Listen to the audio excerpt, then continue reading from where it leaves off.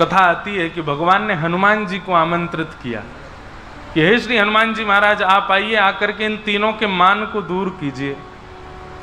तो श्री हनुमान जी महाराज द्वारिका पहुंचे और द्वारिका में जाते ही सबसे पहले सबसे सुंदर वन जो द्वारिका का था उसको उजाड़ना प्रारंभ कर दिया।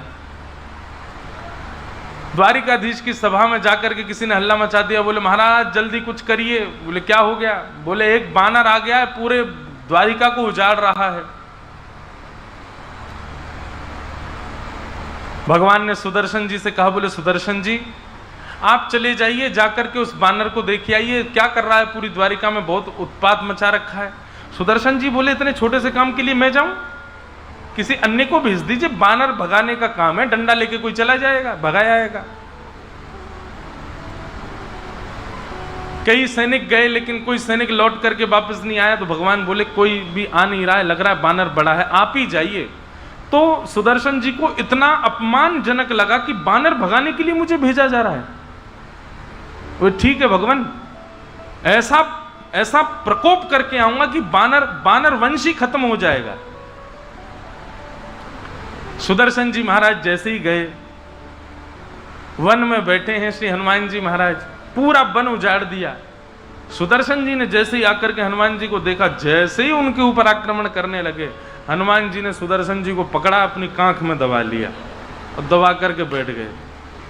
सुदर्शन जी की जीभ भी सब बाहर आ गई निकर करके, महाराज छोड़ा ही नहीं, कस के दबा लिया। शाम हो गई, सुदर्शन जी लौट करके नहीं आए। पूरी सभा में बड़ा चिंता का विषय होने लगा। भगवान बोले सुदर्शन जी इतना समय तो नहीं लगाते, आपको पता है दुनिया में सबसे तीव्र चलने वाली गति किसकी है? सुदर्शन जी की। श्री सुदर्शन जी महाराज और श्री गरुण जी महाराज ये मन की गति से भी तेज चलते हैं, ऐसा शास्त्रों में वर्णन है। सुदर्शन जी लौट करके नहीं आए। भगवान ने गरुण जी को बुलाया, 3 लोगों का मान दूर करना था, सुदर्शन जी का, गरुण जी का और सत्यभामा का। गरुण जी से कहा, बोले गरुण जी देख के तो आओ, तुम्हारे प्रिय मित्र सुदर्शन जी कहाँ रह गए? बोले नहीं आने वाले होंगे। बोले आए तो नहीं, बहुत देर हो गई, तुम जाओ। तो श्री गरुण जी महाराज को भी अपने ऊपर लज्जा हुई कि बताओ, मैं बानर को भगाने के लिए, सुदर्शन जी को ढूंढने के लिए मेरा प्रयोग किया जा रहा है, मैं गरुण, मेरा इतना प्रताप। कोई बात नहीं ठाकुर जी, मैं अभी जाता हूं, देख के आता हूं। गरुण जी महाराज जैसे ही गए, जाकर के वन में देखा महाराज, तो उन्होंने, हनुमान जी तो कांख में दबाए बैठे हैं सुदर्शन जी को।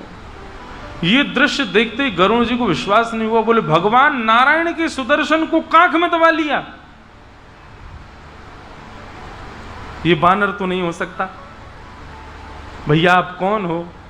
हनुमान जी मुस्कुरा गए, बोले आओ गरुण जी पधारो। गरुण जी महाराज समझ गए, बोले ओहो आप तो हनुमंत लाल हैं। अरे सुदर्शन भैया तुम पहचाने नहीं, हनुमान जी हैं ये तो। बोले मुझसे बात में करना, पहले निकालो तो सही यहां से। गरुण जी बोले छोड़ दो, प्राण निकल जाएंगे। आंख ऊपर कर दी तो गरुण जी ने सुदर्शन जी को लिया, बेचारे हाथ पांव सब सूज गए उनके। गरुण जी महाराज बोले आप पधारें, भगवान आपकी प्रतीक्षा कर रहे हैं, आप जल्दी चलो। हनुमान जी बोले आप पहुंचिए, आपसे पहले पहुंच जाऊंगा मैं। गरुण जी बोले मेरी गति को चैलेंज? आप मन में सोचो भुवनेश्वर, तुरंत भुवनेश्वर सोचते, अगर आप भुवनेश्वर गए आपको तुरंत भुवनेश्वर दिख जाएगा। मन इतना तेज चलता है, पर मन की गति भी हल्की पड़ जाती है गरुण जी के आगे। हनुमान जी बोले आप पहुंचिए, आपसे पहले पहुंच जाऊंगा मैं। गरुण जी बोले मेरी गति को चैलेंज? मन की गति से तेज चलता हूं मैं। ठीक है हनुमान जी महाराज आप आइए, मैं सब व्यवस्था कर देता हूं वहां पर। हनुमान जी बोले ठीक है निकलो। गरुण जी जैसे ही निकले, क्षण भर से भी कम लगा उनको पहुंचने में, और जैसे ही द्वारिका में सुधर्मा सभा में पहुंचे तो क्या पाया, श्री हनुमान जी महाराज सामने बैठे हैं, करताल लेकर के कीर्तन कर रहे हैं ठाकुर जी के आगे।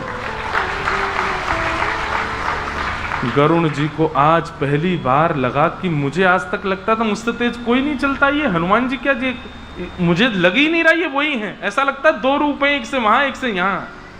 लेकिन दौड़ के वहां गए तो वहां हनुमान जी थे ही नहीं, वही हनुमान जी वहां बैठे। गरुण जी आए तो गरुण जी को केला दिया, बोले लो पाओ, आप कह रहे थे हमारी व्यवस्था करोगे, हम आपसे पहले आ गए। गरुण जी महाराज बोले धन्य है। सुदर्शन जी का मान चला गया, गरुण जी का मान चला गया। भगवान ने गरुण जी से हनुमान जी ने गरुण जी से कहा कि ठाकुर जी को आप एक बार निवेदन कर दो, वो आ जाएं, दर्शन दे दें। सुनो एक बात कह देना। बोले क्या? अकेले नहीं आए ठाकुर जी। बोले हाँ रुक्मणी जी के साथ में आएंगे। बोले नहीं नहीं रुक्मणी नहीं, ठाकुर जी से कहो हमारी सिया जी के साथ में आए, सीता जी के साथ में आके विराजे। देखो कृष्ण तो राम जी ही हैं, राम जी कृष्ण के रूप में आए हैं, पर हमारी जानकी जी के साथ में आएंगे तो ही मैं प्रणाम करूंगा, नहीं तो मैं प्रणाम नहीं करूंगा, मैं देखूंगा ही नहीं। ठाकुर जी को जाके बोल दो जानकी जी के साथ में आवे।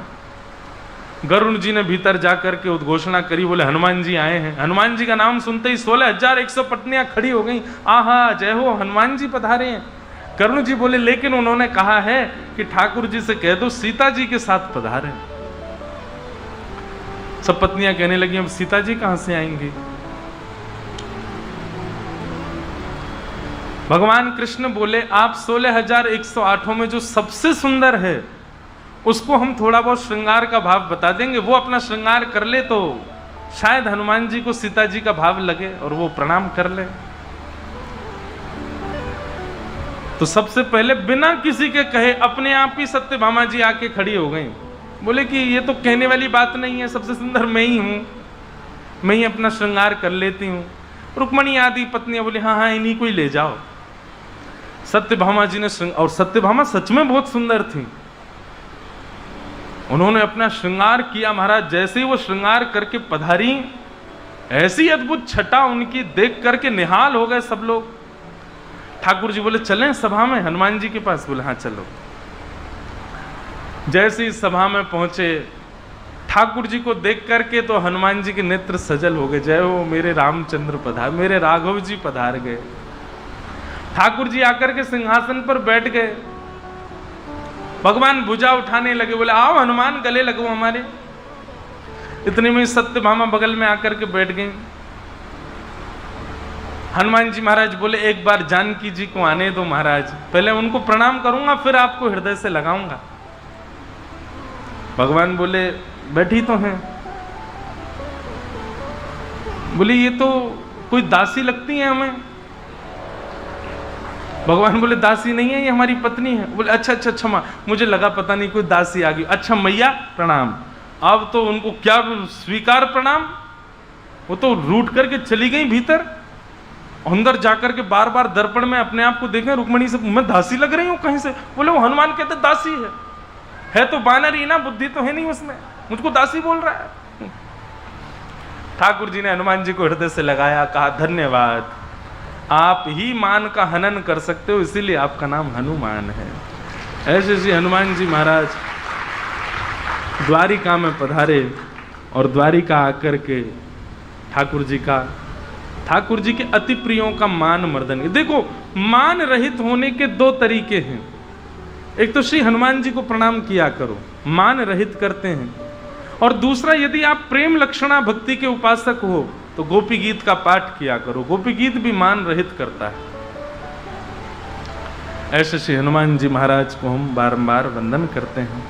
मंगल मूर्ति मारुति नंदन, सकल अमंगल मूल निकंदन, सकल अमंगल मूल निकंदन, मंगल मूर्ति मारुति नंदन।